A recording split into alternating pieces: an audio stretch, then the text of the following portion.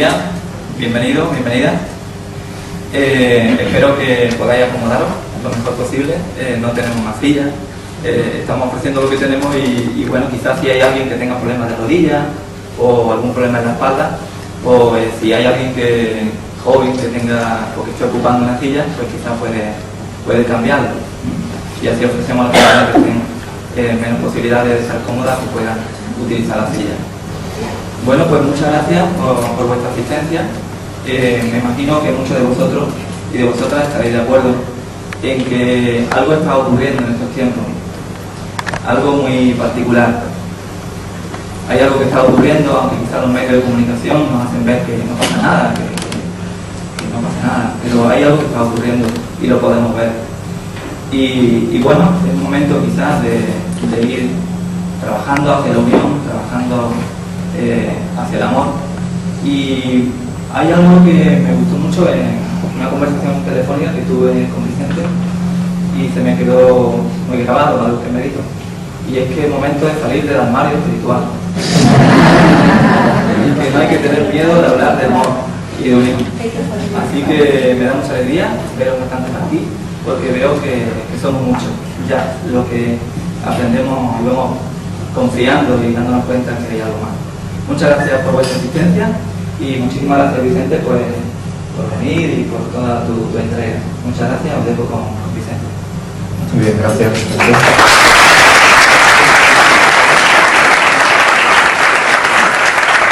Quiero agradecer a Vicente la invitación a estar aquí con vosotros y a vosotros también por el hecho de asistir, y espero que que vayamos a hablar hoy os guste. Me voy a presentar un poco en la parte, digamos, profesional. Mi nombre es Vicente Guillén, soy doctor en Ciencias Químicas por la Universidad de Valencia y trabajo en el Hospital Clínico Universitario de Valencia en el servicio de hematología y oncología. Sería la parte del hospital que tiene que ver con el cáncer. Lo que pasa es que lo de hoy no tiene mucho que ver con mi trabajo. Aparte de esta charla de hoy, que es la de las leyes espirituales, hay otra charla que se titula El origen emocional de la enfermedad, y donde hablo un poquito de que la mayoría de enfermedades, y esto incluiría el cáncer, tienen que ver con conflictos emocionales graves, con depresiones, y entonces en esa charla pues hablo un poquito de cómo una enfermedad o un conflicto emocional puede pasar a ser una enfermedad física. Y hablo también del trabajo de un doctor alemán, el doctor Hamek, que de hecho estuvo viviendo en Valladolid, Grande, cerca de aquí, durante mucho tiempo, porque es una de las personas que para mí ha conseguido demostrar a nivel científico que realmente existe una conexión entre las enfermedades y los conflictos emocionales. Y dentro de esta charla es cuando aprovecho la segunda parte, intentando buscar un posible significado espiritual a la enfermedad. Es cuando ya empiezo a introducir una parte de la charla de hoy, las leyes espirituales, que tiene el mismo título que el libro. No sé si lo conocéis, y realmente va a ser como una presentación de este libro. Para empezar la charla,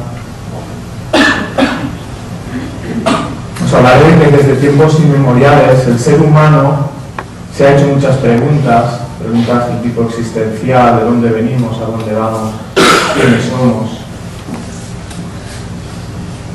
Creo que las religiones intentan responder un poco a esos interrogantes, pero creo que en la mayoría de casos, con el paso del tiempo, se han producido deformaciones tan grandes que el mensaje original se ha ido perdiendo.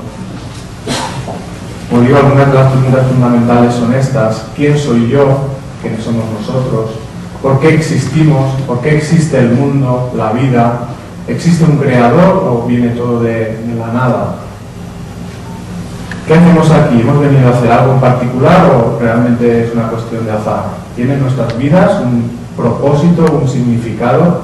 Creo que todos alguna vez nos hemos hecho esas preguntas, pero como estamos tan ocupados en el día a día de pagar la hipoteca, de viajar, de querer ser más que los demás y llega un momento en que es como que olvidamos todo este tema, lo dejamos apartado, no tengo tiempo, y va pasando el tiempo hasta que le llega a uno la hora de morirse, y entonces todas estas preguntas vuelven.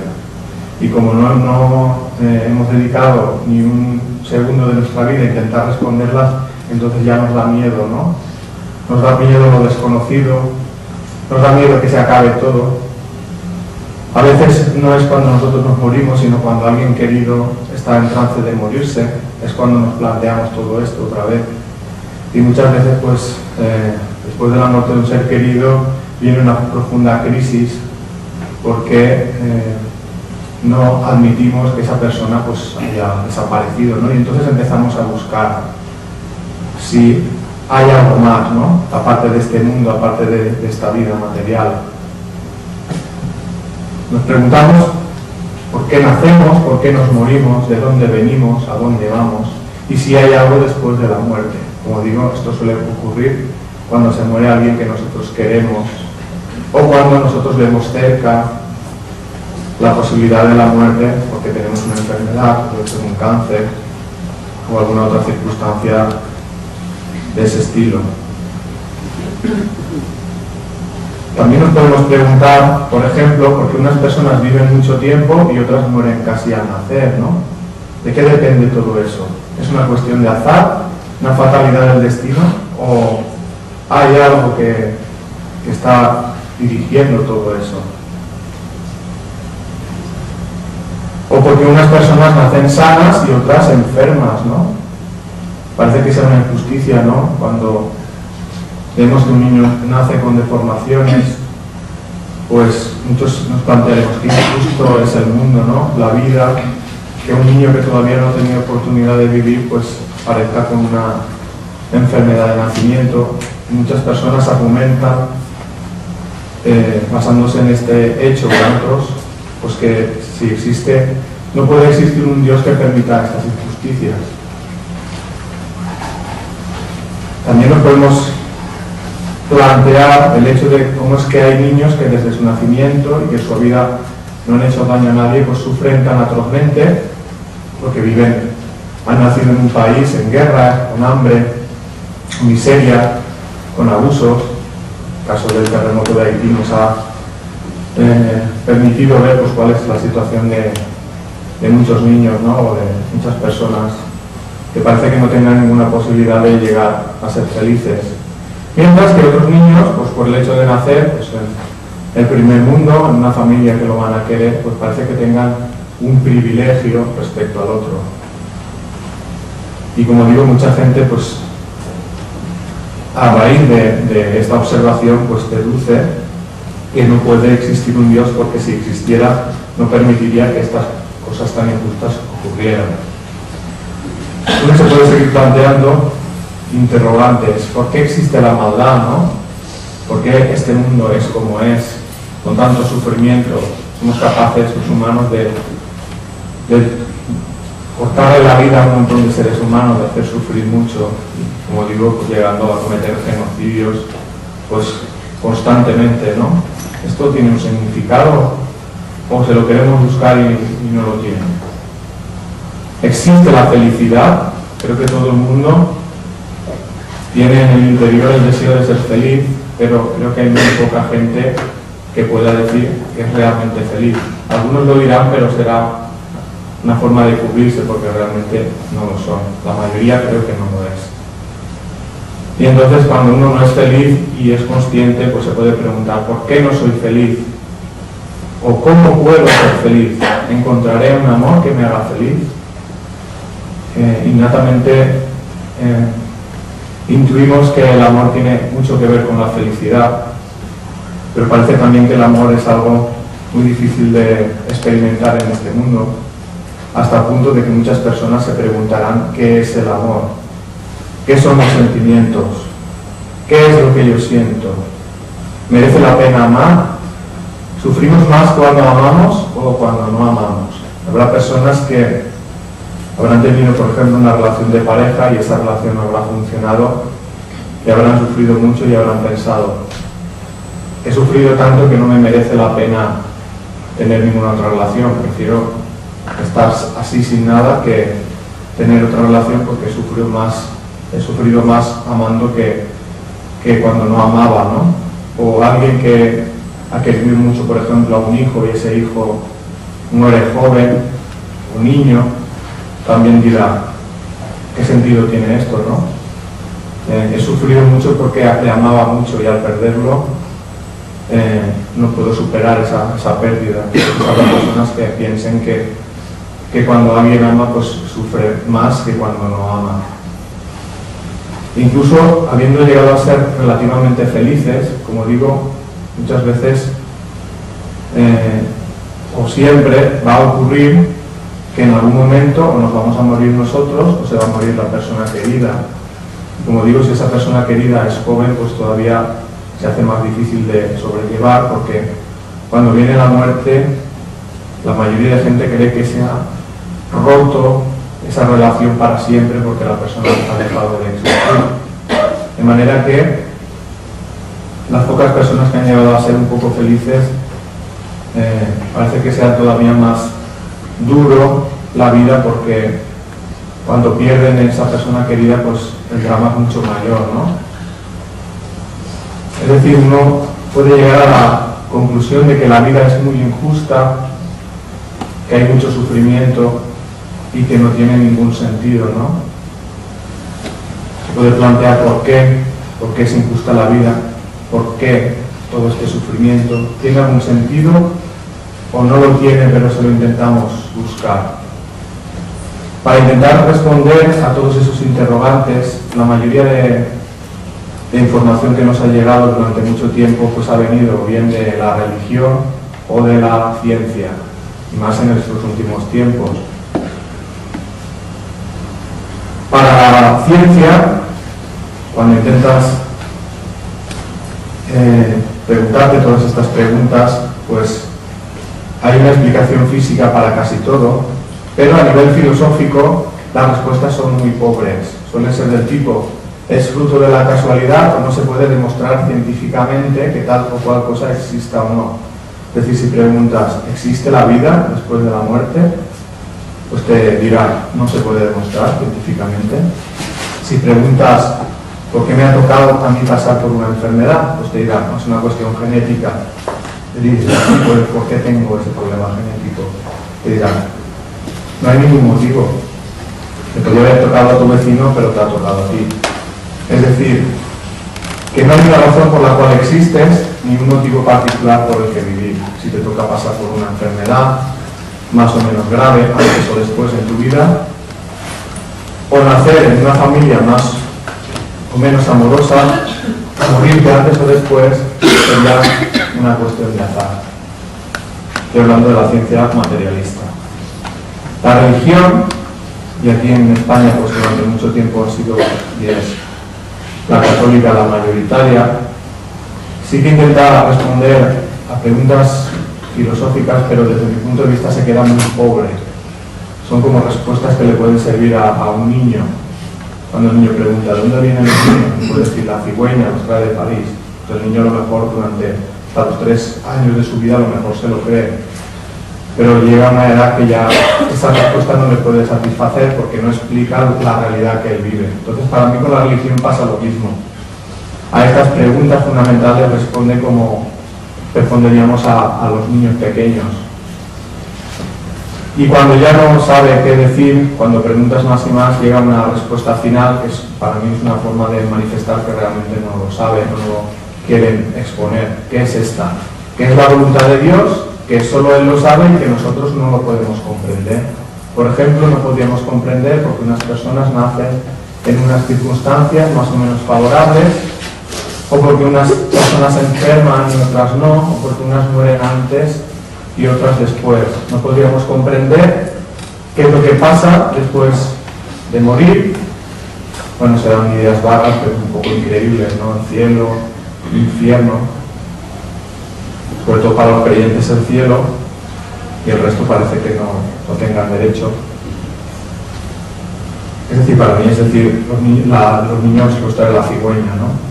Es algo que no explica la realidad, ¿no? No podemos comprender, como digo, qué es lo que pasa después de la muerte, porque nos ha tocado vivir en una familia concreta con esas personas y no en la familia del vecino, o porque permite Dios, si existe un Dios, que haya injusticias en el mundo, etcétera, etcétera. De manera pues que la mayoría de gente pues durante mucho tiempo en su vida pues intenta plantearse esto, pues llega a la conclusión de que no hay ninguna respuesta, porque ni la ciencia ni la religión están dando esperanzas ni respuestas que puedan explicar la realidad que uno vive. Pero uno se puede seguir preguntando si existe una respuesta a todos esos interrogantes, si se puede acceder a ella y cómo se puede acceder a ella. Y buscando pistas para responder a todas estas preguntas, a mí lo que más me ha ayudado son los testimonios personales, tanto los vividos en primera persona como los que he podido conocer de otras personas. Y os quiero presentar algunos de esos testimonios porque para mí desde esas fuentes pues he ido encontrando respuestas. Por ejemplo, las personas que han estado clínicamente muertas y han sido reanimadas durante ese periodo que supuestamente no existía, que están contando una experiencia, tienen mucho en común las de unas personas con otras. Los de las personas moribundas también al final de su vida están experimentando ciertas cosas y las cuentan.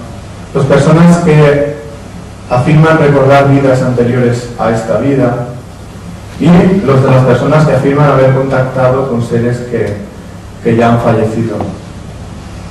Respecto al primer grupo, las personas que estuvieron clínicamente muertas, lo que suelen contar es que experimentan una separación de su cuerpo, es decir, lo que ellos son no es el cuerpo, sino que es algo más, y su cuerpo se queda atrás. Luego vendría lo que se denomina la experiencia del túnel con la luz al fondo, que sería como una especie de viaje, una vez ya se ha dejado el cuerpo, como si fuera a través de un túnel a toda velocidad, y al final de ese viaje, esa persona afirma pues llegar a un lugar donde se siente en paz, donde hay mucha luz, que se siente como nunca se ha sentido en esta vida, y en ese lugar y en ese estado experimenta un encuentro o bien con familiares ya fallecidos o bien con seres que le transmiten mucho amor, tienen mucha luz, y en ese encuentro se les dice que todavía no ha llegado su hora y que se tienen que volver. Y muy al contrario de lo que normalmente pensamos, que cuando alguien se muere decimos pobrecito y al mismo tiempo pensamos qué suerte que no haya sido yo, pues estas personas justamente ven las cosas a la inversa. Es decir, que para ellos la suerte sería quedarse en ese lugar, y lo que es una desgracia es tener que volver al cuerpo, porque como digo, en ese lugar se han sentido tan bien que no desearían volver a la vida en la tierra, ¿no? Tan llena de dificultades y sufrimientos. Lo que sí que ocurre es que esas personas a partir de ese momento sufren un cambio bastante importante en su vida, porque dejan de tener miedo a la muerte, realmente han echado un vistazo y han visto que tiene buena pinta lo que hay detrás, y cambian su sistema de valores.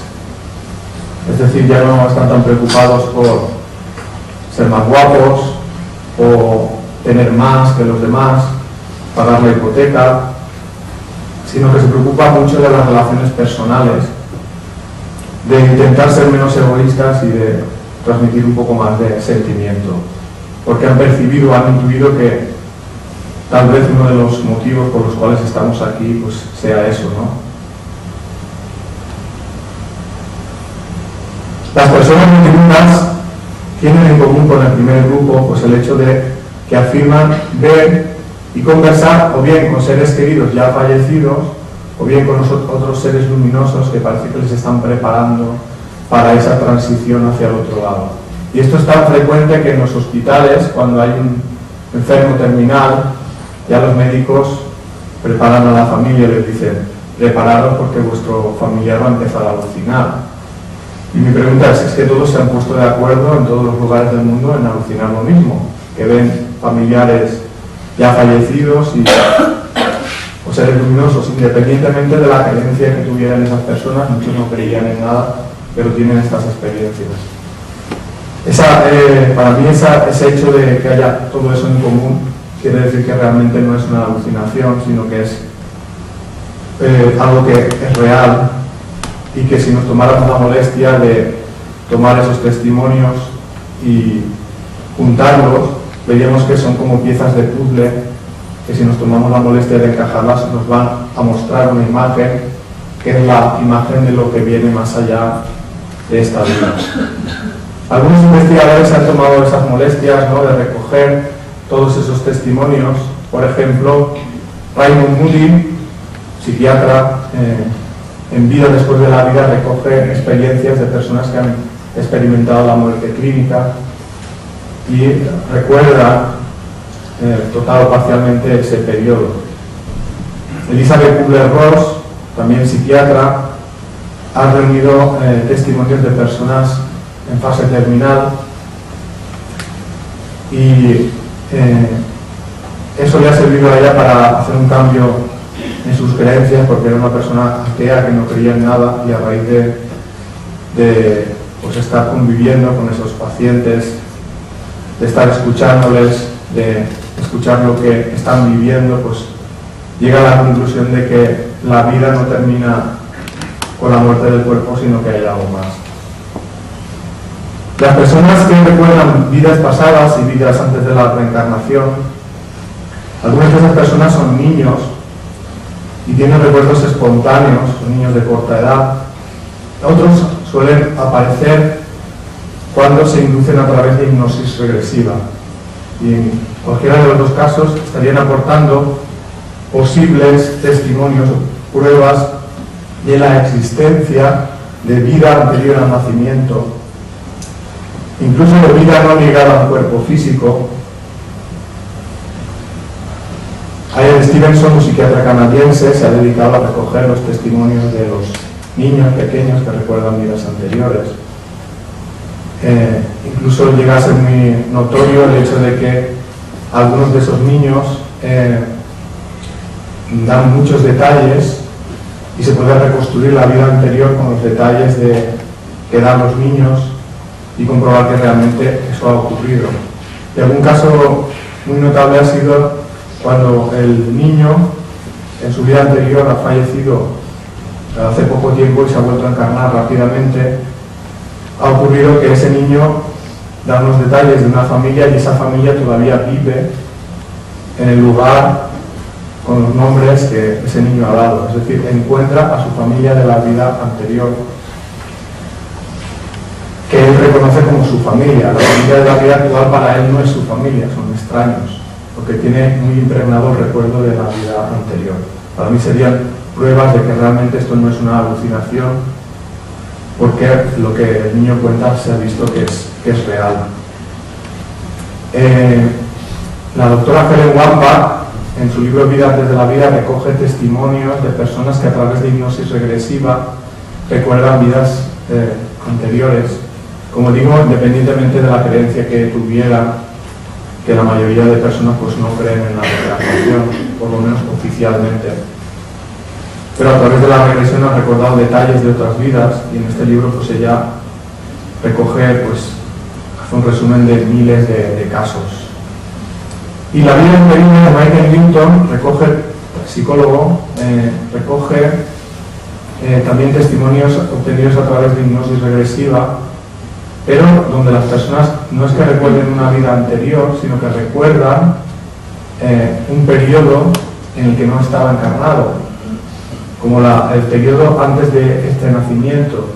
Y el recuerdo más normal de ese periodo es el hecho de que uno se ha puesto de acuerdo con personas que luego formarán parte de su familia, como si estuvieran ayudándose mutuamente en la vida a la que van a nacer, ¿no? Configuración de la familia, quiénes van a ser los hermanos, las parejas, etcétera, etcétera.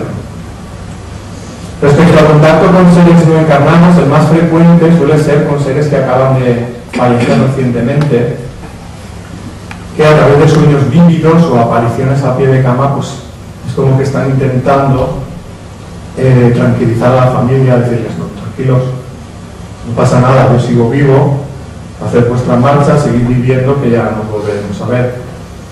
Claro, a veces hay algunas personas pues, que cuando tienen una experiencia de estas, pues se piensa que se está volviendo majaras, ¿no? Porque como no nos han enseñado a encajar esas relaciones, ¿no? esas experiencias, pues nos pensamos o que nos estamos volviendo majaras o que ha venido el demonio o algo así, ¿no? Porque la religión es lo que ha enseñado, ¿no? Que cualquier experiencia de estas parece que sea fruto del demonio, ¿no? Entonces es muy triste que muchas personas, habiendo tenido experiencias para que puedan superar la pérdida del ser querido, pues lo que ocurre es que o bien se asustan de tener esa experiencia, ya creen que ya les van a molestar los espíritus o algo así, o se creen que se están volviendo majaras. Entonces mucha gente al final lo que acaba haciendo es callándose y no contando esa experiencia, se la guarda para sí mismo y ya está. Pero si encuentra que otras personas cuentan estas experiencias, pues empieza a soltarse, a salir del armario espiritual y se da cuenta que no es el único que le ha pasado eso, sino que a lo mejor hay en una sala hay por lo menos la mitad de las personas que lo han vivido en algún pariente. También hay personas que tienen un contacto más frecuente con ese mundo espiritual y a través de ese contacto se han transmitido multitud de mensajes. Independientemente de que uno crea que eso es posible o no, merece la pena analizar el contenido de los mensajes, porque por la calidad del mensaje conocerás al autor. No importa el nombre, pero sí sabrás la elevación, ¿no? de ese ser. Algunos libros mediúmnicos, de literatura mediúmnica, está el libro de los espíritus y el perdono. Como digo, independientemente de que uno crea o no que eso es posible, merece la pena analizar la información y ver si realmente nos puede ayudar a responder a esos interrogantes. También hay otro tipo de conexión, de lo que yo llamo conexión directa con el otro lado, porque lo que hasta ahora he expuesto parece como casos excepcionales, ¿no? Porque una persona podrá decir, yo ni he tenido una experiencia cercana a la muerte, ni me estoy muriendo ahora, ni tengo ningún recuerdo de una vida pasada, ni se ha aparecido ningún familiar mío para despedirse. ¿Qué pasa? ¿Que no tengo derecho yo a conocer o a tener contacto con ese supuesto mundo espiritual? Pues realmente todos tenemos un contacto. Para mí ese contacto se produce de dos formas: a través del pensamiento, lo que comúnmente conocemos como voz de la conciencia. Pues para mí, dentro de la voz de la conciencia ya hay una conexión con los guías espirituales que te sugieren en algunos momentos algunas soluciones a tus problemas, y a veces las escuchamos y a veces no. Lo hacen de una manera tan sutil para no interferir en nuestro libre albedrío, y ahora veremos por qué. Y también durante el sueño, en realidad cada noche, en el sueño profundo, todos nos morimos un poco, porque ocurre lo que le ocurría a estas personas que experimentaban la muerte clínica. Ocurre una separación temporal del cuerpo físico, el espíritu se separa del cuerpo y viaja. Y durante ese viaje entra en contacto con el mundo espiritual. La mayoría de veces ese contacto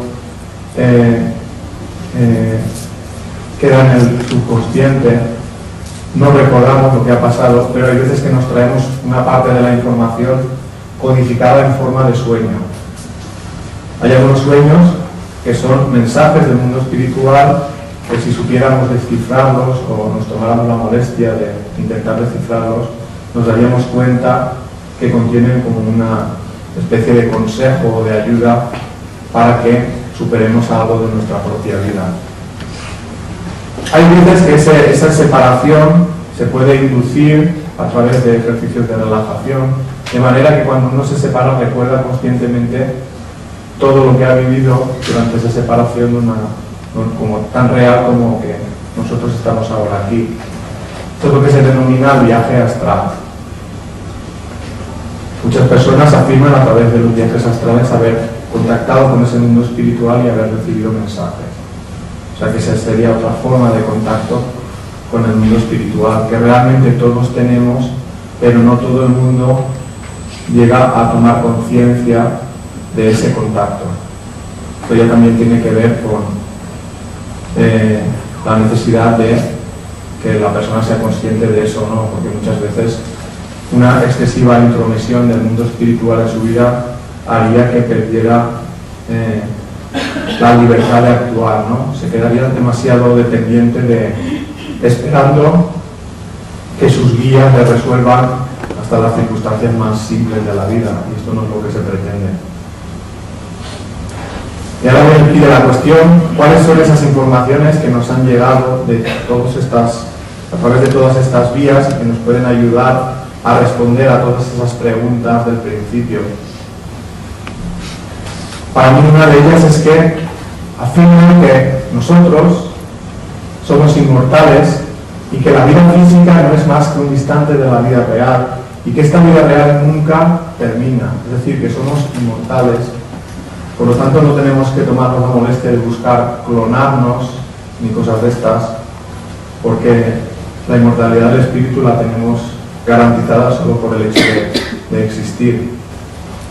También nos dicen que la muerte del físico, del cuerpo físico, en realidad no es el final, sino que es una etapa de transición hacia otra existencia menos limitada, en la que todos nos vamos a reencontrar con los seres queridos que se fueron al otro lado antes que nosotros.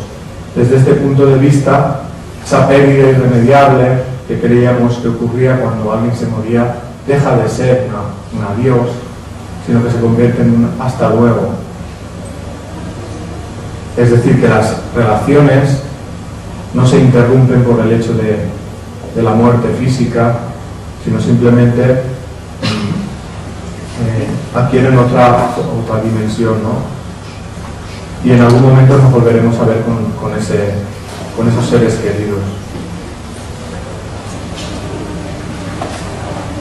También nos dice que existe un plan para cada uno de nosotros que pretende que vayamos creciendo, tanto en sabiduría como en amor, que sea por nuestros propios méritos a base de experimentar en el plano físico con libertad. Esto sería una de las razones por las cuales no recordamos conscientemente las vidas anteriores, ¿no? Porque alguien podría decir, si hemos vivido otras vidas, ¿por qué no nos acordamos?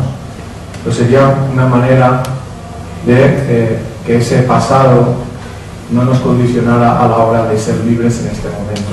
Esto no quiere decir que no podamos recordar nada. De hecho, como digo, hay personas que recuerdan algunos pasajes de sus vidas anteriores, pero hay que tener en cuenta que si en el actual nivel evolutivo de la humanidad, si todos recordáramos el pasado nuestro y el de los demás, ocurriría que estaríamos reprochándonos continuamente lo que los demás nos hicieron en otras vidas, porque si ya nos cuesta perdonar en lo de esta vida, imaginaros si pudiéramos echar en cara a los demás lo de otras vidas, ¿no?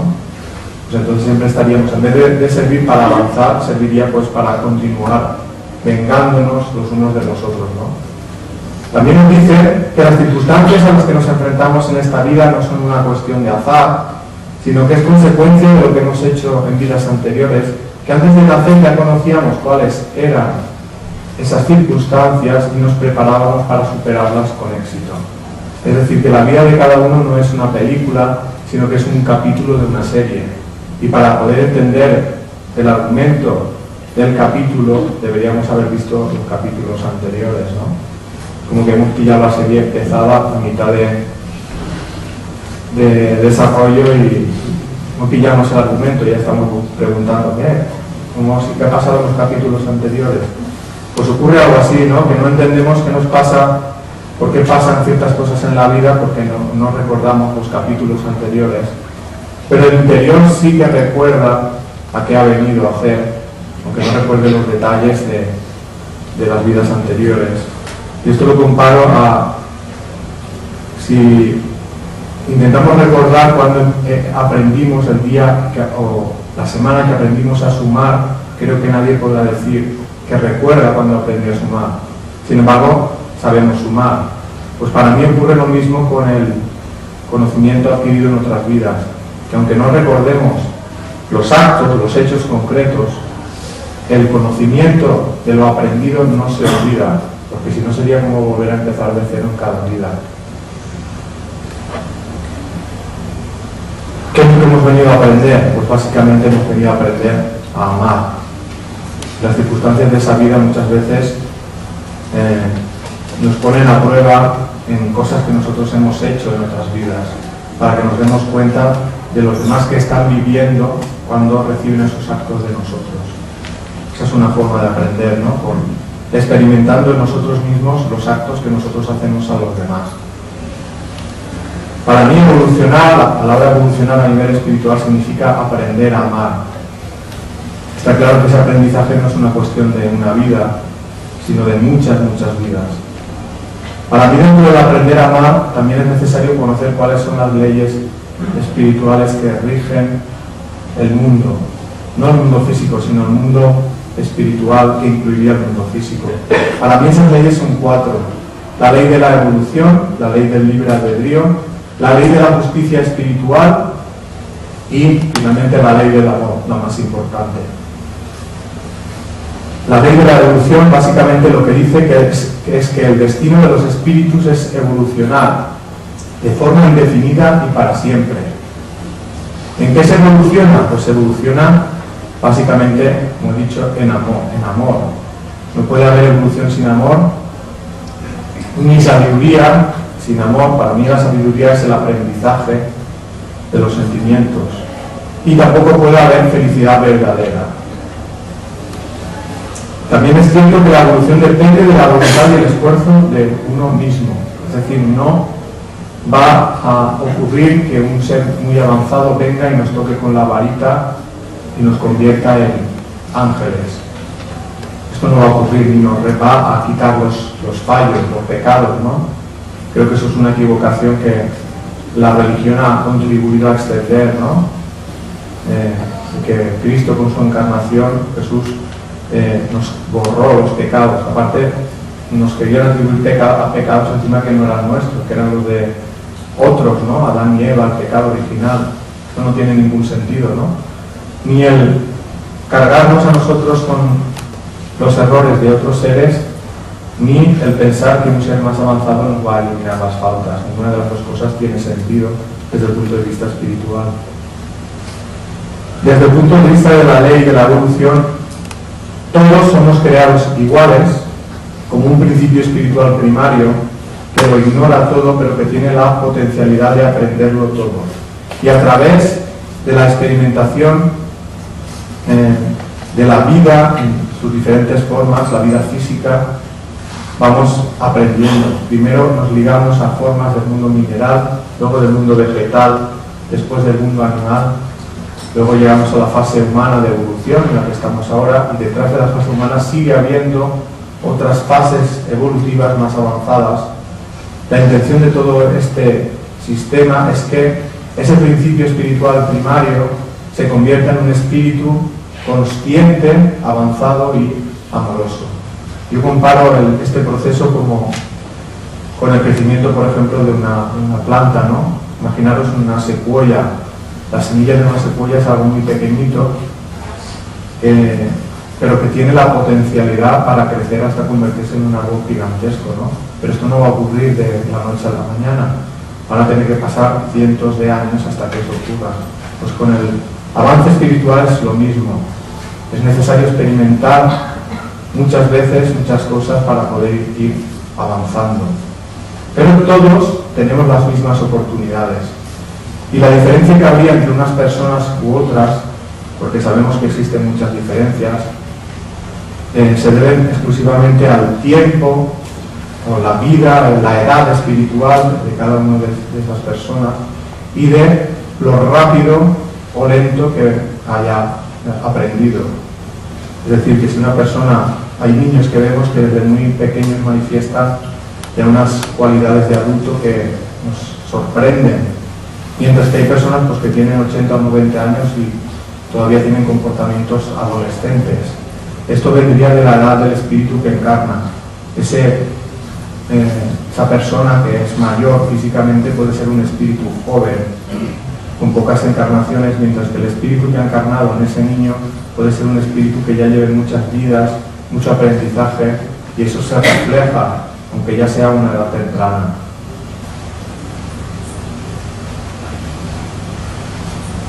Desde el punto de vista material, solemos creer que la vida empieza con el nacimiento del niño, que pasamos un tiempo en este mundo, solemos creer que solo existe vida en este mundo, además, y que llegado un momento, ese cuerpo muere y la vida, nuestra vida, se extingue. Esto puede ser desde 0 hasta 90, 100 y pico, 127 ya podemos llamar a los del Guinness para que nos metan en el libro Guinness, pero no mucho más de ese tiempo. Desde el punto de vista de la evolución, de la ley de la evolución, nuestra vida no comienza con el nacimiento del niño, sino que existimos antes. Lo que hacemos es ligarnos a ese cuerpo en gestación. Estamos viviendo un tiempo en este planeta o en otros, porque hay muchos planetas donde se puede evolucionar, y cuando ese cuerpo se estropea, lo dejamos y continuamos viviendo en el mundo espiritual. Seguimos preparándonos, seguimos aprendiendo, y cuando llega el momento de ponernos a prueba en aquello que estamos aprendiendo, volvemos a encarnar en otro recién nacido para vivir otra vida. De manera que se va completando una vuelta que no es un círculo cerrado, sino en realidad es como un muelle, una espiral, porque en cada vuelta vamos aprendiendo un poquito, vamos avanzando espiritualmente. Como digo, esta vida espiritual no termina nunca. Todos somos inmortales, entramos en el libro Guinness, porque no hay un final de ese proceso, aunque sí que habrá un final del ciclo de encarnaciones físicas, pero se puede seguir evolucionando en otros niveles de evolución. La ley de la evolución no es nada nuevo. Se ha dicho desde hace muchas épocas, y hay un evangelio de estos apócrifos que no reconoce la Iglesia como válido, donde para mí está hablando justamente de la ley de la evolución y del papel de la reencarnación en esa ley. Y es en este fragmento donde supuestamente está Jesús con unas personas allí, discípulos, le pregunta: Maestro, ¿cómo quieres que enterremos a nuestros muertos? Y Jesús contesta: en verdad os digo que no existe la muerte. Lo que consideráis muerte es el portal a la vida, y la sepultura es la puerta de la resurrección. No os aflijáis ni lloréis por los que os han abandonado, sino más bien alegraos por su entrada en la vida. Así como todas las criaturas vienen de lo invisible a este mundo, así regresan a lo invisible, y así volverán hasta que estén purificadas. Hay una resurrección al salir del cuerpo y una resurrección al entrar en el cuerpo. Hay un salir de la vida de la carne y un descender a la vida de la carne. El cuerpo que colocáis en la sepultura o que es consumido por el fuego no es el cuerpo que será, pues los que vendrán recibirán otros cuerpos, y lo que sembraron en una vida lo recogerán en otra. Para mí, además, en este último fragmento está hablando además de la ley de justicia espiritual, que ahora la veremos en qué consiste. E incluso hay otro fragmento en este mismo texto que habla de la reencarnación, y un fragmento de este texto sí que está en los evangelios canónicos, pero el resto está suprimido. Para mí, el texto suprimido es realmente el que merece la pena. Nuevamente le pregunta: Señor, ¿qué enseña sobre la vida? Y él dice: benditos los que tienen que soportar muchas experiencias, pues a través del sufrimiento llegarán a ser perfectos. Serán como los ángeles de Dios en el cielo, y ya no morirán, ni tampoco renacerán, pues muerte y nacimiento ya no dominarán sobre ellos. Luego hay otro fragmento que sí que está, que habla de que Nicodemo va a hablar con él y le pregunta: ¿Cómo puede un hombre nacer de nuevo siendo viejo? ¿Puede entrar por segunda vez en el seno de su madre y nacer? De hecho, este fragmento está en el Evangelio canónico. Y Jesús responde, y este fragmento está quitado, suprimido. En verdad te digo que si alguien no vuelve a nacer de la carne y del espíritu, no podrá entrar en el reino de Dios. El viento sopla donde quiere y bien oye su voz, pero no sabes de dónde viene ni a dónde va. La luz brilla desde el este hasta el oeste, el sol se levanta de las tinieblas y desciende de nuevo a las tinieblas. Ese fragmento sí que está, pero si quitas la frase anterior no entiendes a qué se refiere. Y dice, así le ocurre al hombre de vida en vida. Cuando vienen las tinieblas ya estuvo antes aquí, y cuando desciende de nuevo a las tinieblas es para demorarse un poco y después volver a estar aquí. Así, atravesando muchos cambios, debéis volveros perfectos. Y luego añadirá, nadie ha subido al cielo, sino que ha bajado del cielo el que está en el cielo.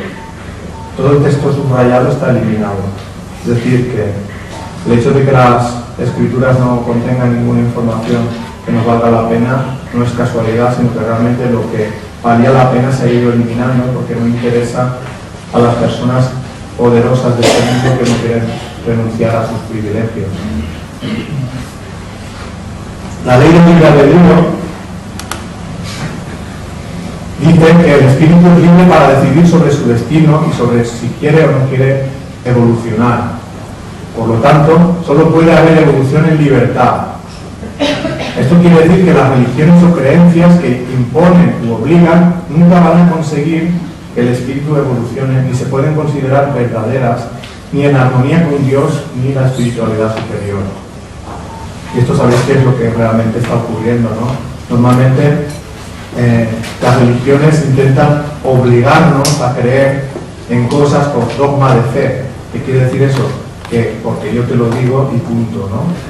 Eso no tiene mucho sentido desde el punto de vista espiritual, porque se espera de nosotros que decidamos por nosotros mismos, no porque nadie nos obligue. Por lo tanto, el hecho de obligar o querer imponer a cada persona unas creencias, desde el punto de vista espiritual ya sería una violación de una ley, la ley del libre albedrío. Precisamente la reencarnación estaría ahí para que podamos experimentar el libre albedrío, y el olvido ese de otras vidas sirve también para el mismo fin, que no nos sintamos coaccionados por ningún ser superior ni ninguna fuerza más poderosa que nosotros a hacer lo que esa fuerza quiere, sino que lo hagamos porque nos nazca. Por eso no es evidente ni la existencia de Dios, ni la de espíritus avanzados, ni nada de eso. Se irá haciendo evidente a la persona que quiera profundizar, pero la persona que no quiera pasará desapercibido todo eso. La ley de la justicia espiritual también se puede llamar ley de acción y reacción espiritual o de causa y efecto. Viene a decir, resumidamente, que lo que haces a los demás te lo haces también a ti mismo. Muchas personas dirán, eso no es cierto, porque estamos cansados de ver a poderosos de la tierra, dictadores, Hitler, Franco, Stalin, Pinochet, que han hecho muchas cosas negativas y se han muerto de viejos. Bueno, Hitler es viejo no, pero vosotros sí. Entonces, no hay una justicia espiritual. Si solo miramos lo que ocurre en una vida física, pues aparentemente no ocurrirá así. Pero si pudiéramos ver desde una perspectiva más amplia de lo que pasa en otras vidas, nos daremos cuenta que esos espíritus tarde o temprano tendrán que, si quieren avanzar, tendrán que reparar el daño que han hecho. Y a veces vendrán, ya habiendo avanzado por haber vivido más vidas, y se verán con circunstancias muy difíciles en su vida. Y habrá personas que digan, qué injusta es la vida porque esta persona que es tan buena, mira todo lo que le está pasando.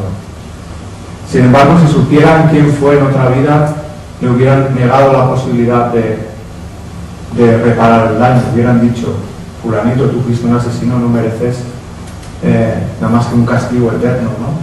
De hecho, la Iglesia pone castigos eternos. Pero no es el mundo espiritual el que pone castigos eternos, sino que a todos se nos da la oportunidad de rectificar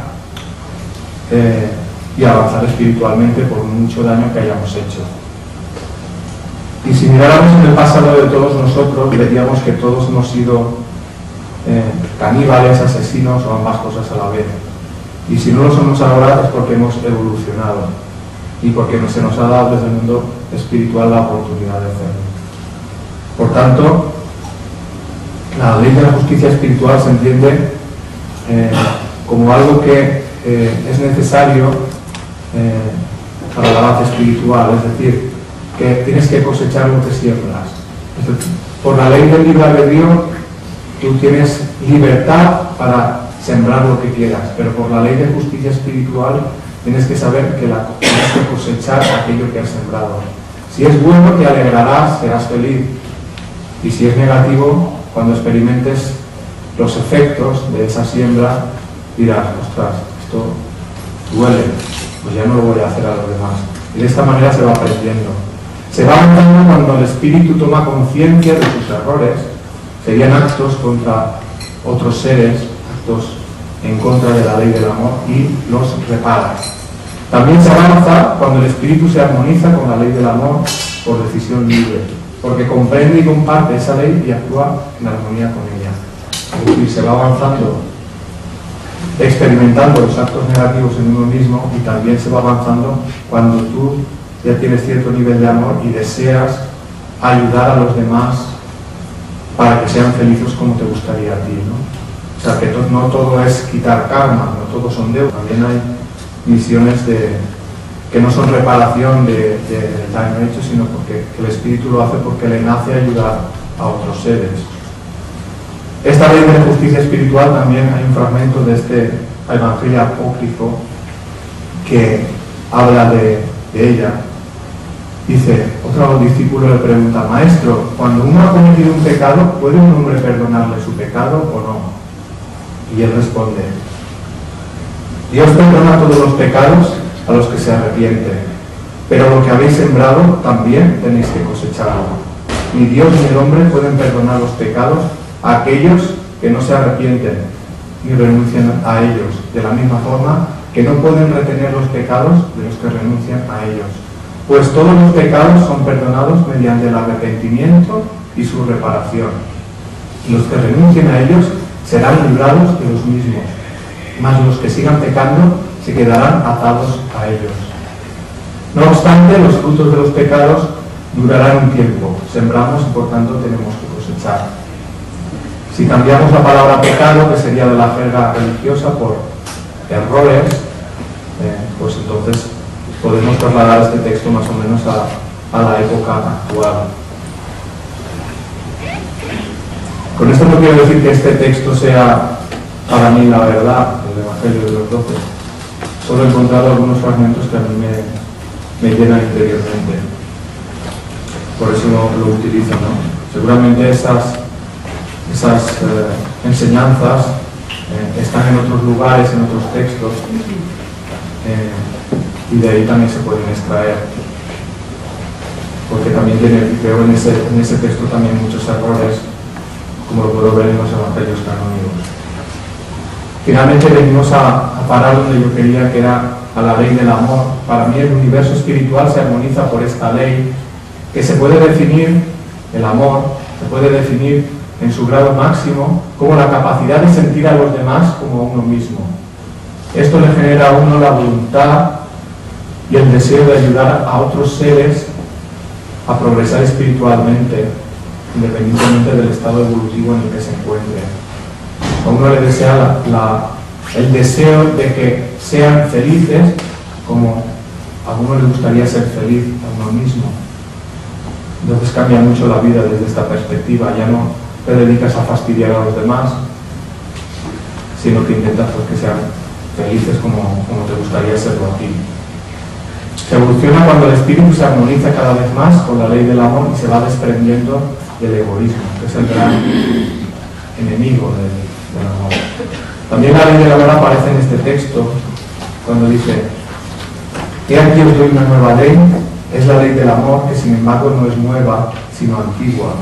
Guardaos bien de añadir algo nuevo a esta ley y de quitarle algo. En verdad os digo que los que crean y cumplan esta ley se salvarán, y los que la conozcan y no la cumplan estarán perdidos. Cuando guardéis la sagrada ley del amor, La verdad os será revelada más y más, y el Espíritu de la verdad que viene de arriba os guiará a toda la verdad, aunque sea a través de muchos caminos errados. Para mí el amor no es una definición de diccionario, sino que es algo que se puede experimentar, que se manifiesta como una intensa vibración de nuestra esencia vital o principio espiritual que se transmite a todos los planos de la esencia. La manifestación del amor en el plano energético es la luz, y el amor, al igual que la luz, se puede transmitir y ser percibido. Cuando una persona experimenta el amor verdadero, se siente lleno, invadido de una vibración, una fuerza y una sensibilidad extraordinarias, hasta el punto de que ya no necesita nada más para ser feliz. Por muy difíciles que sean las circunstancias de su vida, si han experimentado el amor, aunque sea un poquito en su vida, serán capaces de afrontar esas circunstancias con la mayor entereza. Las personas que han tenido esas experiencias de muerte clínica pueden decir que son uno de los pocos que han experimentado sin ningún tipo de obstáculo lo que es sentir el amor de otros seres más avanzados hacia él. Porque en ese plano no hay tantos obstáculos, no hay tanto egoísmo, las cosas se ven tal y conforme son. Cuando el ser inspirado por el amor siente el deseo, cuando una persona está inspirada por el amor siente el deseo de transmitir a los demás ese bienestar e intenta ayudarles para que sean felices, porque se siente conectado con ellos, como si formaran parte de él. Cuanta más capacidad de amar tiene el ser, más alta es su vibración y mayor energía es capaz de transmitir. Cuando alguien ama, transmite esa vibración amorosa a los demás, que es como una oleada de calor intenso, pero que no quema. Es una vibración que llega hasta el rincón más profundo del alma, haciéndole a uno sentir como envuelto por una nube de paz y de armonía. Ahora viene lo más difícil, ¿cómo hacer para experimentar el amor? Para mí hay dos pasos fundamentales. Primero, exteriorizar lo que uno siente, y segundo, ir liberándonos progresivamente del egoísmo en sus múltiples formas de manifestación. Para mí esas formas de manifestación en el libro están llamadas egosentimientos, para distinguirlo de los sentimientos de amor. Serían sentimientos negativos que nos hacen daño a nosotros y también a los demás. La mayoría de personas que no exteriorizan lo que sienten, este hecho suele venir por dos cosas. Primero, la educación represiva, porque desde pequeño, porque cuando los espíritus nacen a este mundo y vienen en forma de niños, los niños vienen sin ninguna barrera, dispuestos a ser ellos mismos. Sin embargo, suele ocurrir que vienen a un mundo donde no se les espera con amor. Pongamos el caso de las personas, por ejemplo, que nacieron en la posguerra, que fueron traídas al mundo para ser un jornal más en su casa. Ya podéis imaginar a una persona, un niño que viene con esa perspectiva, qué amor se le va a dar, ¿no? Entonces muchos niños que han vivido esas situaciones de desamor en su familia, pues para no sufrir, crean una coraza, porque creen que esa coraza les impedirá que les hagan daño. Y es cierto que impide que entre el daño, pero también impide que entre los sentimientos, que entren y que salgan, porque la persona se pone una barrera tanto para percibir los sentimientos de amor de los demás como para expresar los sentimientos de amor hacia los demás.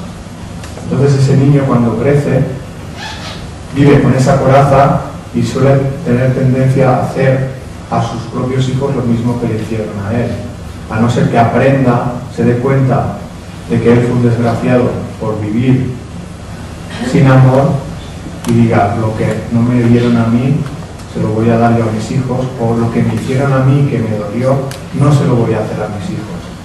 Entonces esa es la persona que realmente da un paso en su evolución, porque aprende de lo vivido e intenta modificar aquello que le hizo sufrir y transformarlo en algo bueno. También el egoísmo es un gran obstáculo para expresar los sentimientos y recibir, captar los sentimientos de los demás hacia uno mismo. Ahora hablaremos del egoísmo. Para mí el primer primer paso que uno debería de dar para poder amar es el amarse a uno mismo. Y para amarse a uno mismo es necesario conocerse a uno mismo. Y dentro de conocerse a uno mismo, lo más importante sería saber distinguir lo que sentimos de lo que pensamos, es decir, los sentimientos de los pensamientos. Porque dentro de los pensamientos tenemos la influencia de toda la educación recibida. Esa educación, si ha sido represiva, hará que nuestros pensamientos repriman nuestros sentimientos, de manera que no actuaremos conforme sentimos, sino conforme que pensamos y en contra de lo que sentimos. Por tanto, considero muy importante para amarse a uno mismo, mirarse hacia adentro, empezar a conocerse, empezar a saber si actuamos desde el sentimiento o desde el pensamiento, y si el pensamiento está reprimiendo el sentimiento, pasar a modificarlo. Y en los actos de nuestra vida, empezar a actuar desde lo que sentimos y no desde lo que pensamos. Siempre también se nos dijo desde la religión que para amar a los demás tenías que renunciar a ti mismo. O sea, como si tuvieras que ser una persona sumisa, un corderito, ¿no? Se habla mucho del símil ese de los corderos en una religión, ¿no?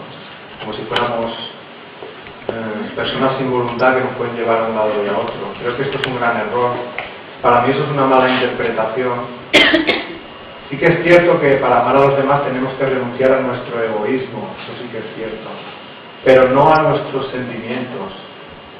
Para mí, cuando hablo de amarse a uno mismo, no me refiero a creer que uno es mejor que los demás y que por ello pues, se ha de dedicar a satisfacer caprichos egoístas, sino que estoy hablando, cuando hablo de amarse a uno mismo, de reconocer cuáles son las necesidades afectivas propias, cuáles son los sentimientos y pasar a desarrollarlos para que sean el motor de nuestra vida.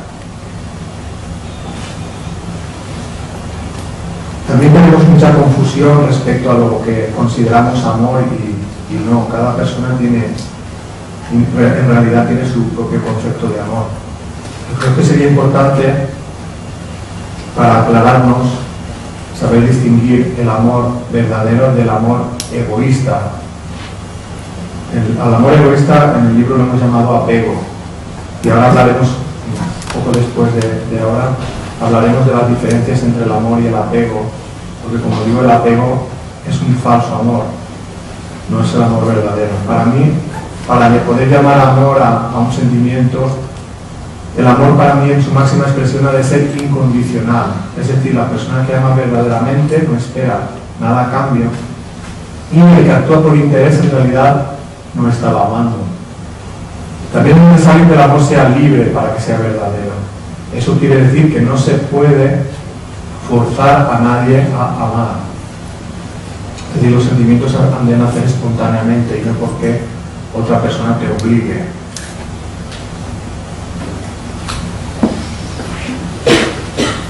Para mí el aprendizaje del amor no es una cosa de un día para otro, sino que requiere muchísimo tiempo de evolución. Se comienza antes de iniciar la fase humana de evolución y en realidad nunca se termina. Dentro de ese proceso de aprendizaje, para mí hay ciertas etapas que se han de cubrir. La primera de ellas sería en la que el ser es insensible como receptor y como emisor de amor. Esta en realidad es una etapa superada ya por todos los seres humanos. La segunda sería aquella en la que se es parcialmente sensible como receptor de amor y poco sensible como emisor. A esta etapa se la ha llamado en el libro la etapa de la vanidad, que ahora la describiremos. Si supera esta etapa, vendrá aquella en la que se es muy sensible como receptor y parcialmente sensible como emisor. Sería una especie de amor condicional u orgullo. Si se supera esta etapa, vendrá otra en la que se es altamente sensible como receptor y altamente sensible como emisor. Sería una etapa de amor condicional avanzado o soberbia. Luego vendría aquella en la que se es totalmente sensible como receptor y totalmente sensible como emisor. Es decir, el amor incondicional sería la meta final, ¿no? Eso está muy lejos todavía, pero es la meta de la evolución espiritual. Es decir, si un espíritu altamente evolucionado podríamos representarlo como un ser de luz, que no tiene ningún obstáculo para la manifestación de salud. Nosotros, el espíritu en fase de evolución humana, también somos seres de luz, pero recubiertos con una serie de capas, como capas de cebolla. Cada una de esas capas sería una forma de egoísmo. Las capas más exteriores serían las formas del egoísmo de la vanidad. Si nos deshacemos de estas etapas, vendría el orgullo, y más internamente las capas de la soberbia, que son una forma de egoísmo más refinada. Para ir pasando por cada una de ellas, empezaremos por las formas de egoísmo más primitivas, las de la capa de la vanidad. La persona que está en esta etapa pretende ser el centro de atención, que los demás se fijen en ella. Al conocer escasamente el amor, no distingue bien entre lo que es amor verdadero y lo que es complacencia. Por eso son personas que necesitan y desean más que aman. Por ello en las relaciones se inclinan a buscar más la fama, la admiración, la alabanza, el ser complacidos y satisfechos en sus deseos, más que en ser queridos y en querer. La vanidad se manifiesta como una tendencia a transformar la realidad para hacer creer a los demás y a uno mismo que necesita poseer todo lo que ve a su alrededor, sean esto cosas o personas, para ser feliz. Seguro que nadie se identifica en esta etapa, pero la realidad es que el 80% de la humanidad está en esta etapa, y que reconocerlo ya sería un gran avance. Por eso está el mundo como está, ¿no? Porque el egoísmo está todavía muy impregnado en todos nosotros. Las manifestaciones más primitivas de la vanidad son la codicia, es decir, el querer poseer cada vez más, aunque sea perjudicando a otras personas, poseer materialmente. Y la avaricia, el no querer compartir con los demás lo que uno tiene. Esto a mí me recuerda estos programas que están haciendo en La Sexta, de mujeres ricas, o quién vive ahí, o no sé qué, un programa de casas de superlujo. Para mí, las personas que están haciendo esos programas se identifican mucho con esta etapa. Son personas que tienen y derrochan y no piensan que otras personas con eso que a ellos les sobra podrían vivir un poco mejor, ¿no? No piensan para nada en los demás y viven materialmente en una opulencia que, y más en estos momentos de crisis, pues todavía rechina más en los oídos, ¿no? Si se supera esta etapa de egoísmo materialista, viene una etapa en la que se transforma en una especie de egoísmo espiritual. Aunque todavía se es reacio a dar, es capaz de reconocer la presencia de amor y el bienestar que produce y se busca recibirlo. Es entonces cuando la avaricia, que era el no querer compartir con los demás materialmente lo que uno tiene, la avaricia se transforma en apego. Es decir, en no querer compartir con los demás el cariño y el amor que uno recibe de determinadas personas. Y la codicia, que era el querer todo materialmente, aunque sea a costa de hacer daño a los demás, se transforma en absorbencia. La absorbencia es querer que todo el mundo esté pendiente de uno para complacerle, para darle cariño, incluso sin importarle a uno si la otra persona le está de acuerdo o no, si la está esforzando en ese deseo de que te den. ¿Cómo se puede superar la etapa de la vanidad? El primer paso que se debería dar es comprender que la felicidad no depende tanto del exterior, sino del interior. Es decir, que la felicidad verdadera ya no depende tanto de que los demás te amen, sino de que tú ames a los demás. Por tanto, si queremos ser felices, debemos de dejar de buscar desesperadamente que los demás nos amen, y también tenemos que buscar despertar el propio sentimiento. Es decir, no está mal que sea que uno lo quiera, pero tenemos que estar dispuestos a dar aquello que estamos pidiendo. No podemos solo esperar que nos den y nosotros pretender pues no dar nada, ¿no? Porque aunque nos dieran el mundo, seguiríamos siendo desgraciados. Si se supera esta etapa de la vanidad, es decir, que se empieza a despertar el sentimiento, se entraría en la etapa del orgullo. La persona orgullosa ya sabe lo que es dar amor, y se da generosamente, pero se suele encontrar con un entorno mayoritariamente que está todavía en la otra etapa. Es decir, personas que se aprovechan de lo que uno da. En ese momento la persona se puede dar cuenta y decir, darse cuenta de que realmente se están aprovechando de él, y entonces reaccionar de una manera fuerte, porque no encaja la ingratitud, el egoísmo y la falta de amor de otras personas hacia él, sobre todo si ha establecido vínculos afectivos por ellos. Y es ahí cuando se crea esa coraza de la que he hablado antes. Cuando estamos dando desde el interior y recibimos palos a cambios, tenemos tendencia a crear una coraza para que eso no vuelva a ocurrir, ¿no? Para que no haya un desengaño, un nuevo desengaño. Y al crear esa coraza, pues sí que es cierto que evitamos que nos puedan hacer algún tipo de daño, pero también evitamos también experimentar sentimientos de amor de los demás hacia nosotros mismos, porque en realidad no nos fiamos de nadie. Y al mismo tiempo también nosotros ponemos barreras a la hora de expresar, porque creemos que en algún momento alguien va a utilizar eso que estamos haciendo para hacernos daño. Por eso las manifestaciones del orgullo vienen cuando aparecen contrariedades y heridas en los sentimientos. El orgulloso reacciona encerrándose en sí mismo, aislándose de las relaciones humanas. Se despierta entonces la ira, la rabia, la impotencia, la testarudez, el miedo y la culpabilidad. Tiene tendencia a ocultar y reprimir sus sentimientos y emociones, miedo a expresar lo que siente por temor a que le hieran esos sentimientos más profundos. La tendencia a reprimir los sentimientos positivos les hace sentirse desgraciados. La tendencia a reprimirse y a ocultar estados de ánimo negativos les hace sufrir en silencio, haciéndole estallar individualmente de cólera, de rabia, por aguantar tanto, y normalmente luego se suelen sentir culpables porque son sensibles y saben que han hecho daño. Es la desconfianza en los demás y creerse autosuficiente para tratar cualquier problema, las actitudes que más le aíslan de los demás. Se acostumbran a ser individualistas porque creen que pedirle algo a alguien es motivo para que en algún momento te lo tiren en cara, te pasen la factura, ¿no? ¿Cómo se puede vencer el orgullo?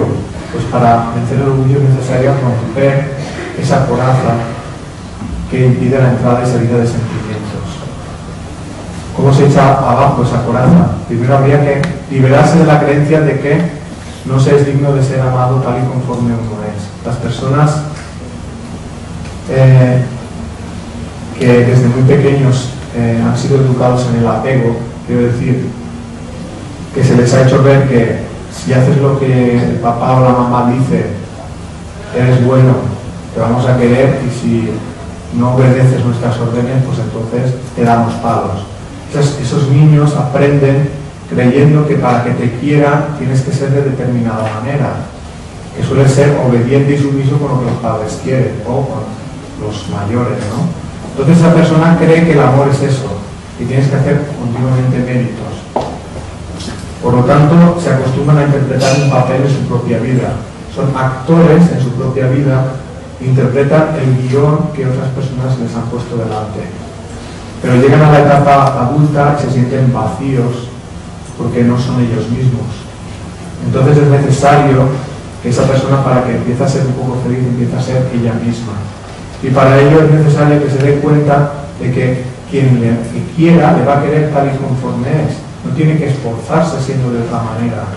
Y si realmente te dicen que para quererte tienes que ser de determinada manera, en realidad nunca te han querido, solo han sentido apego, se han aprovechado.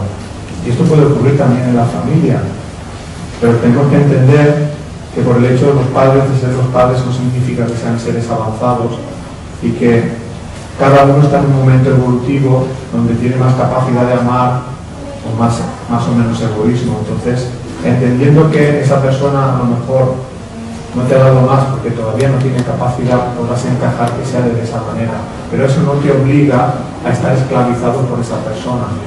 Por tanto, se tiene que perder el miedo a ser uno mismo, al mismo tiempo que a encajar esa ingratitud procedente del egoísmo de los demás. Pero también tenemos que no sobreesforzarnos en complacer a los demás, si eso significa renunciar a la propia libre albedrío. Porque si tú te obligas a hacer algo que no sientes, porque crees que así te van a querer más, cuando te des cuenta que no te quieren más, entonces viene el desengaño. Y es decir, con lo que yo he hecho por ti, y mira cómo me lo pagas. Pues entonces no hagas más allá de lo que sientas, y así no te llevarás un chasco cuando las expectativas que tenías no se hayan cumplido.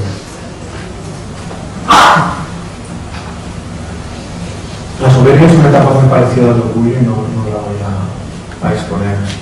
Ahora voy a hablar he dicho antes que iba a hablar del apego, porque para mí es uno de los egosentimientos que más nos hacen daño, son grandes causantes de infelicidad y también de enfermedad.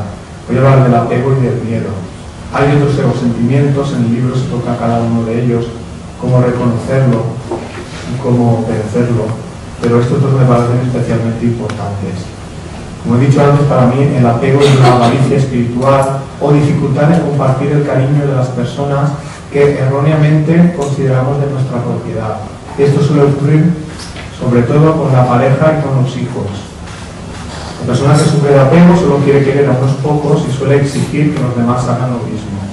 En el caso del apego, la persona que lo padece tiene tendencia a vulnerar la libertad de la persona querida, incluso llegando a retenerla a su lado en contra de su voluntad. Por eso he puesto esa fotografía ahí, ¿no?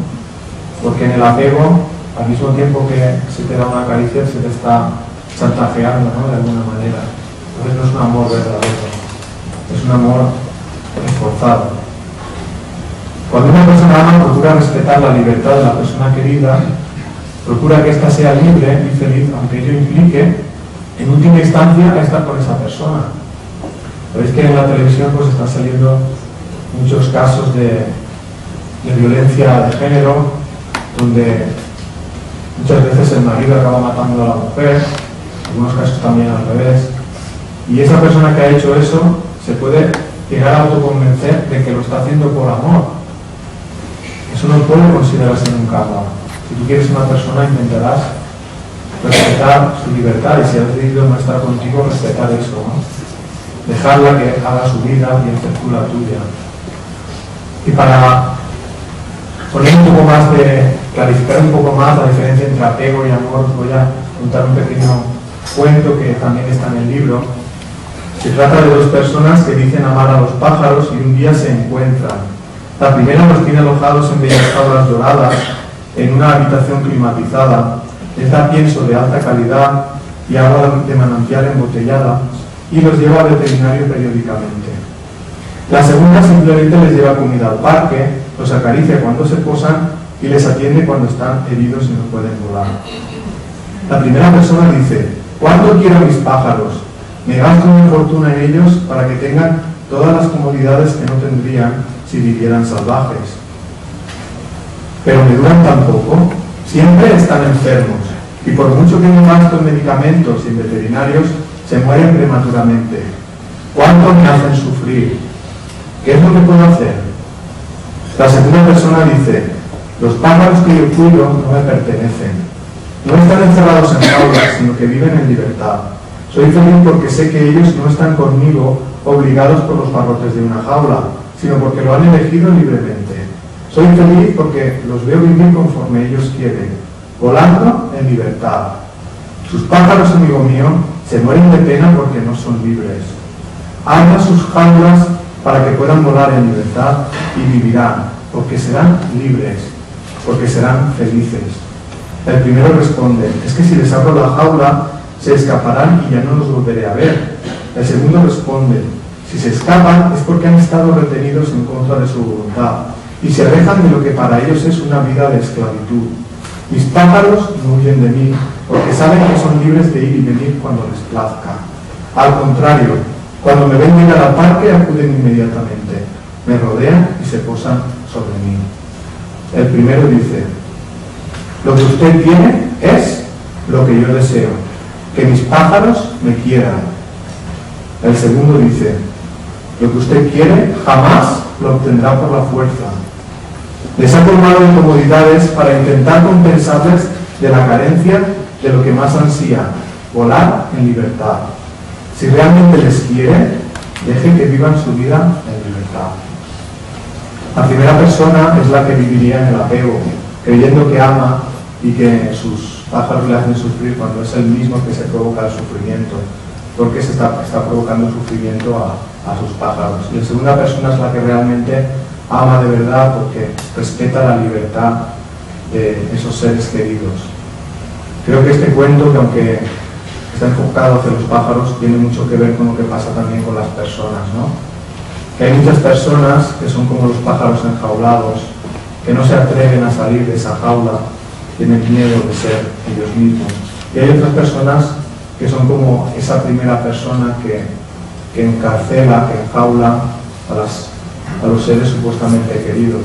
Creo que avanzaremos desde el apego hacia el amor cuando las personas que están en la jaula cojan la valentía suficiente como para abrir esa puerta, y cuando las personas que intentan encerrar a otros en jaulas se den cuenta de que eso no trae ni la felicidad ni para ellos mismos ni para los demás.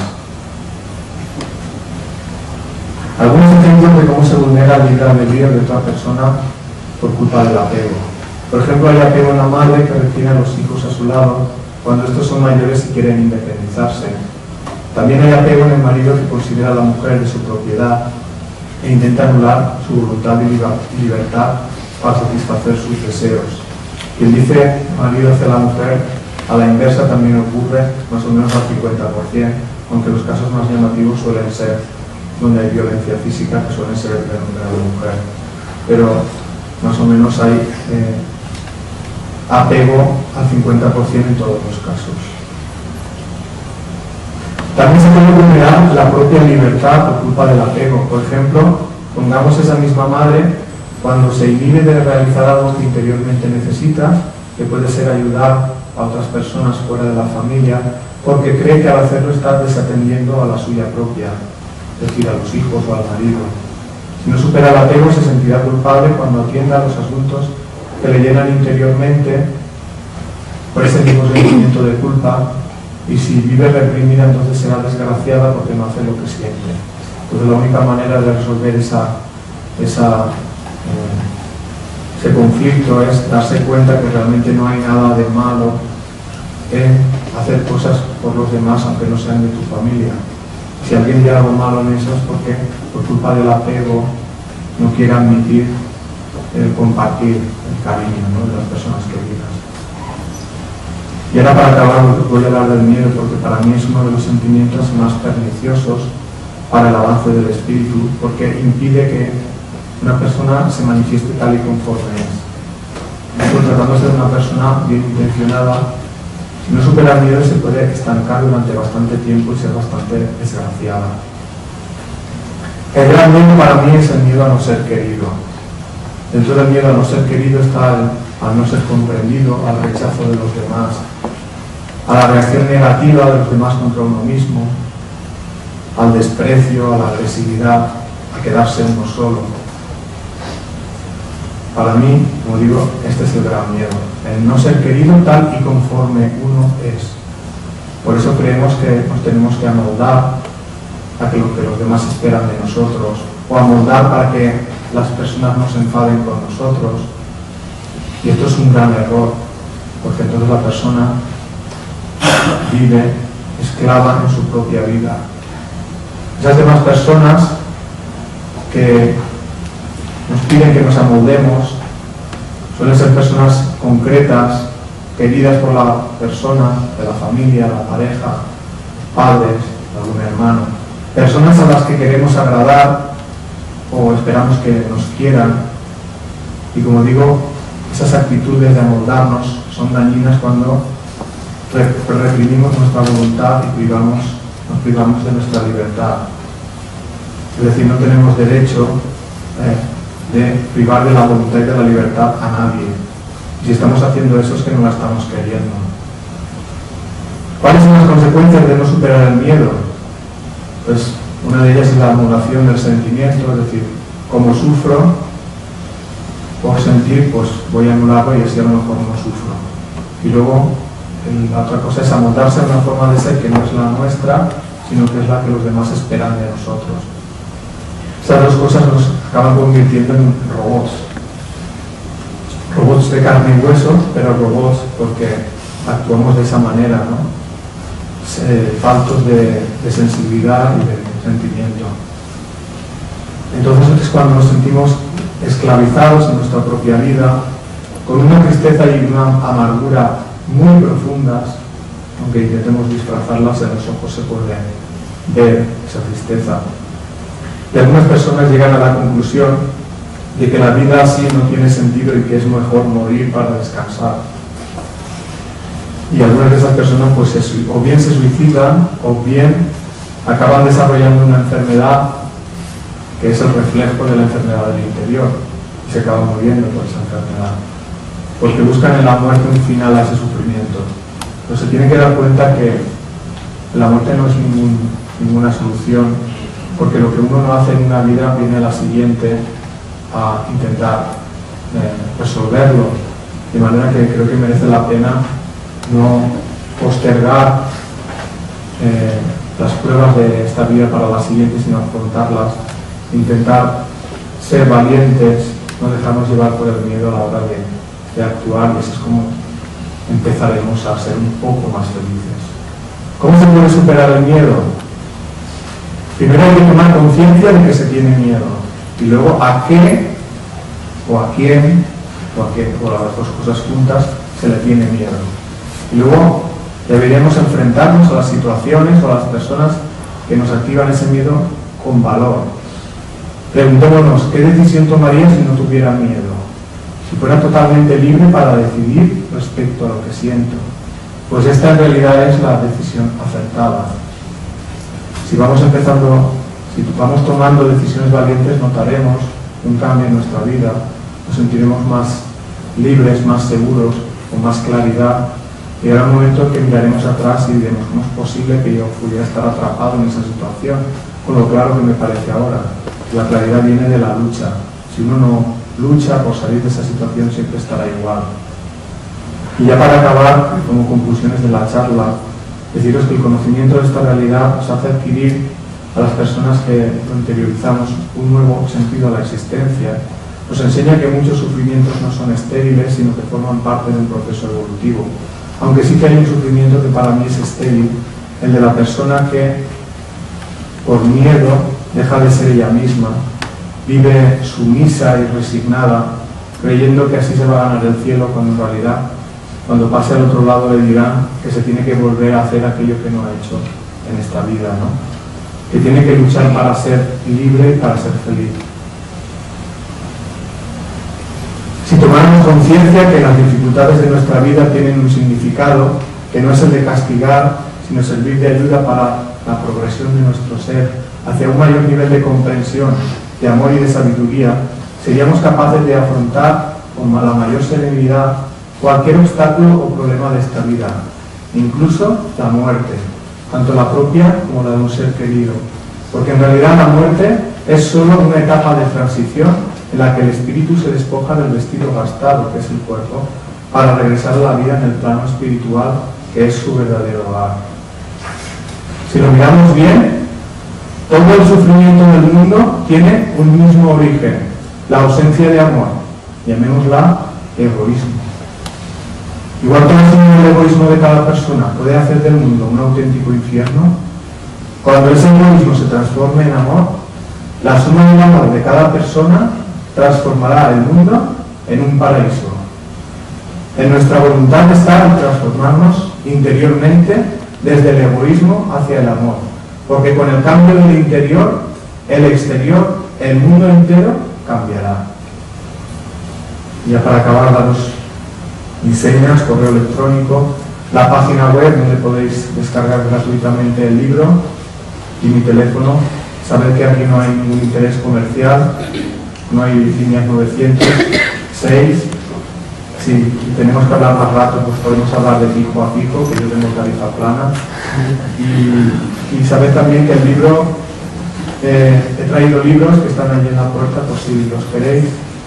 El libro vale lo que ha costado de hacer en la imprenta, que es 2 euros, Porque si yo estoy aquí hablando del amor y luego intento sacar un beneficio comercial, pues sería un hipócrita, porque estaría actuando con interés y no con verdadero amor. Y ya simplemente daros las gracias por vuestra atención, y si queréis participar, preguntando o compartiendo alguna cosa, pues ahora es el momento. Gracias.